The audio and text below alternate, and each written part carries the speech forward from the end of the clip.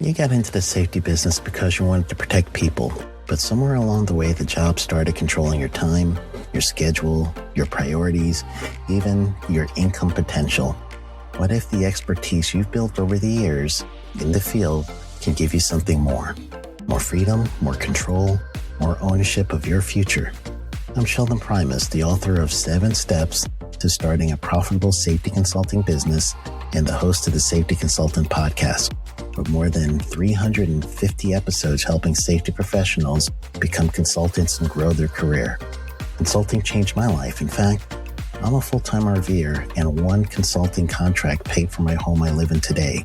Now, I help safety professionals build their own consulting practice through bi-weekly coaching calls, accountability, and personal guidance. But this program isn't for everyone. Start with the Consultant Readiness Audit at sheldon.coach. What if everything we thought we knew about safety was just interference? From the host of the Rated R Safety Show and the founder of Safety FM comes the complete Signal Transmission Trilogy, now available in one powerful edition. Safety, in my opinion, the book that started the conversation. Safety Mutation, where the boundaries of culture, systems, and belief begin to break. And now, Safety Transmission, the final piece of the signal. For the first time, all 3 books are together in one volume. The Signal Transmission Trilogy, Complete Edition. This isn't just about compliance. It's about consciousness. It's about decoding the way we think, lead, and live, inside and outside the system. Whether you've been following the signal since the beginning or you're just now tuning in, this is the version to own. Search Signal Trilogy on Amazon or visit safetyfm.com to get your copy now.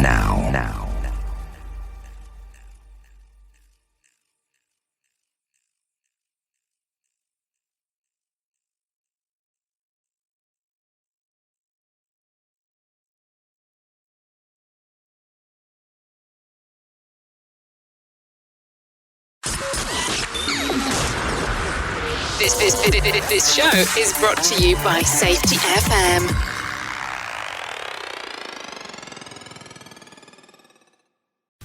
The following program is rated for mature audiences. It may contain adult language, adult situations, and frank safety discussions. The names and certain details have been changed to protect the safe and the unsafe. But believe me, every item in here is true. That all-important paperwork today on Safety Wars. It's been said that today's worker can actually go from the start of their career to retirement without ever seeing a catastrophic incident or fatality in the workplace. This is a testament to people and systems being in place that have improved workplace safety over the last 50 years. But, as with most things, sometimes we solve one problem and other problems arise. One of the problems is complacency. Why do we need safety professionals when we never have safety problems? Worse yet, why do we need these systems and behaviors because no one has ever gotten hurt, or we have not ever seen anyone get hurt?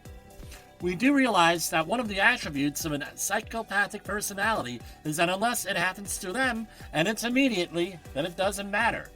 This creeps into safety management. Recently, I had a situation come up with a relatively new safety professional. To his credit, he is credentialed, he has a degree in safety from a very well-known university, and he's only been in the business about 9 years. This is the situation. I'm an owner's rep on a construction site. So, as part of my job, I have to ask for certain documentation. I got a whole bunch of pushback from this guy. I'm not giving you the documentation. Nothing ever happens for that situation. Some of the other excuses I hear from other people, right? And it's usually in front of an insurance person, regulator, or attorney. We haven't had an accident in years. When in reality, they haven't had a recorded accident or incident usually because it hasn't been reported. They don't actually track these things. You find out that they put the injuries and illnesses on the employee's insurance, which is also a felony in many states. We have a good safety program. We have a safety person. I know of a $1 billion company that uses this excuse. They have a huge total recordable incident rate, and they blame the safety person whenever something goes wrong. What happens? They usually go through one safety person per year. The list goes on, right? On why we don't do documentation. Because we think nothing's going to happen, and we're playing the risk versus reward card. We're planning on things not going wrong, but then when things go wrong, what happens? Hey, what's the documentation?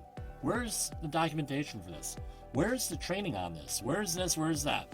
It's one of the first things that accident investigators, insurance companies, and in some cases, very savvy law enforcement officials ask for. What do they ask for? They're asking for paperwork. Give to me your papers. Where are your papers? What do they ask for? Training records, safety plans, inspection records, maybe your accident report. Especially if there's a major catastrophic accident, they're going to ask for an accident report. Assessments, audits, job safety analysis, corporate safety plans, you name it, all these things that happen in the back office that are not very commonly thought of by people until after an accident happens. So let's get back to the original point. Just because an accident has never happened to you doesn't mean that you don't have to be prepared for an accident investigation. It doesn't mean that you don't have areas of improvement. It doesn't mean anything. You need the back office to take care of, what I call the back office, to take care of safety paperwork. Not only are those things important in the field where you're going to be the sharp end of the stick.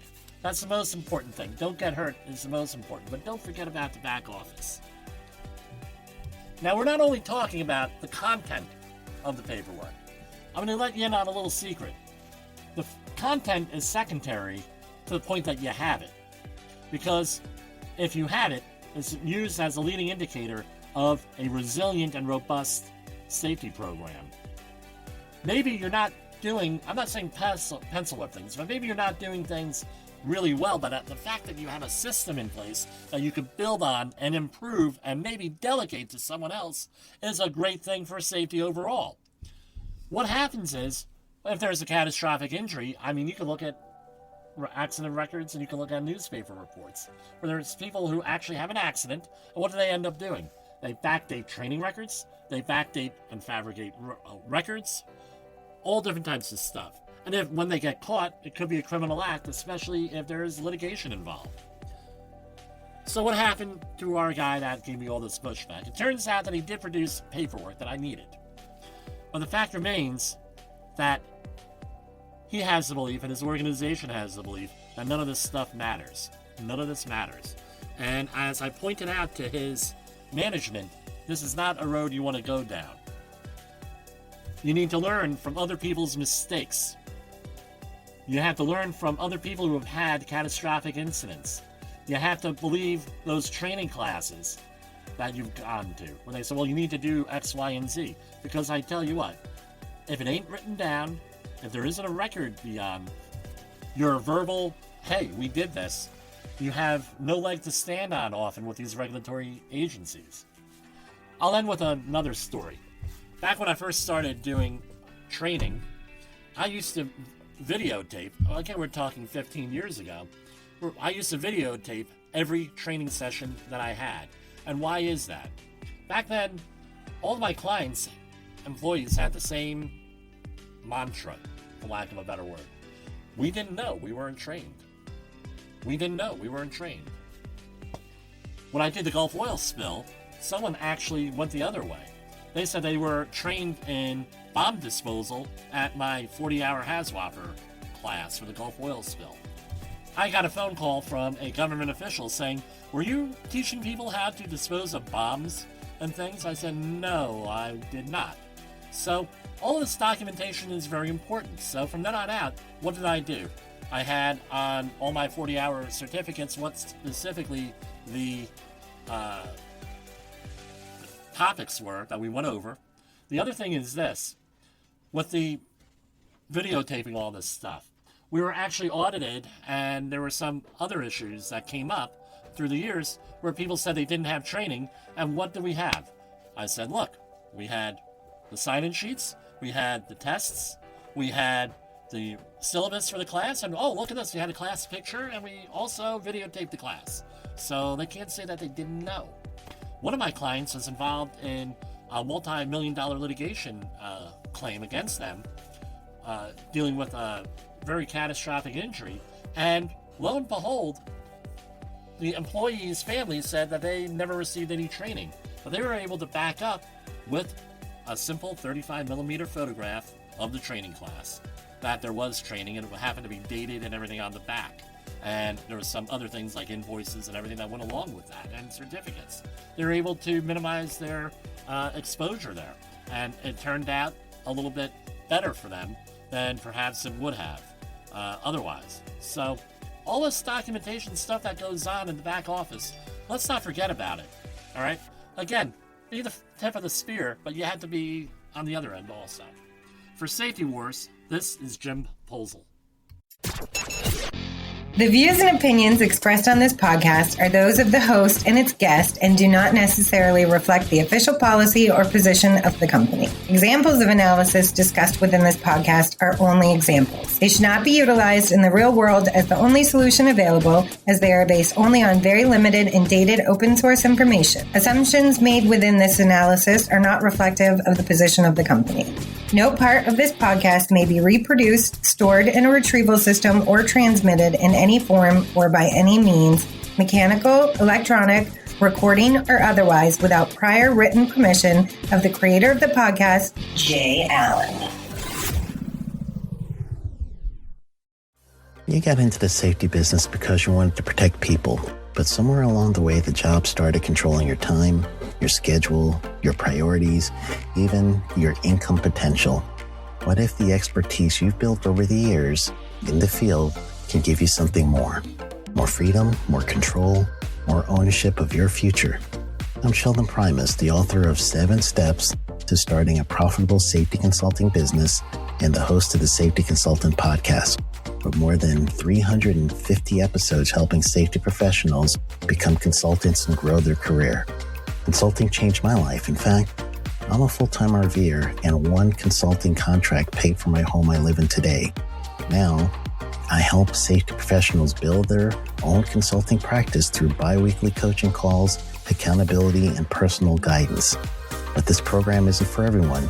Start with the Consultant Readiness Audit at sheldon.coach. What if everything we thought we knew about safety was just interference? From the host of the Rated R Safety Show and the founder of Safety FM comes the complete Signal Transmission Trilogy, now available in one powerful edition. Safety, in my opinion, the book that started the conversation. Safety Mutation, where the boundaries of culture, systems, and belief begin to break. And now, Safety Transmission, the final piece of the signal. For the first time, all 3 books are together in one volume. The Signal Transmission Trilogy, Complete Edition. This isn't just about compliance. It's about consciousness.